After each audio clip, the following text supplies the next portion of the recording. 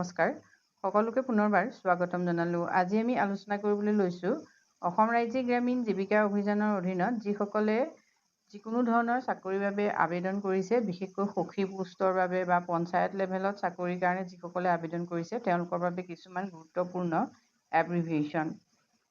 Common abbreviation used in Assam rural livelihood mission society. SRLM-ৰ full form হ'ল Assam state livelihood mission society. Next আহিলে SMMU, full form state mission management unit.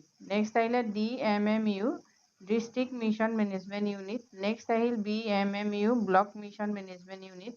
Next আহিলে HSG, self help group. Next আহিলে GP, gram panchayat. Next VO, village organisation. Next আহিলে BLF, block level federation. Next আহিল POP, প'ৰেষ্ট of the poor. CBO মানে হ'ল community based organisation. সেইবিলাক হ'ল HSG, VO, BLF, CBLF, CPC। Next আহিলে PRI, panchayat raj institution. Next আহিলে CPC, community producer company. Next আহিলে CIF, community investment fund. Thank U.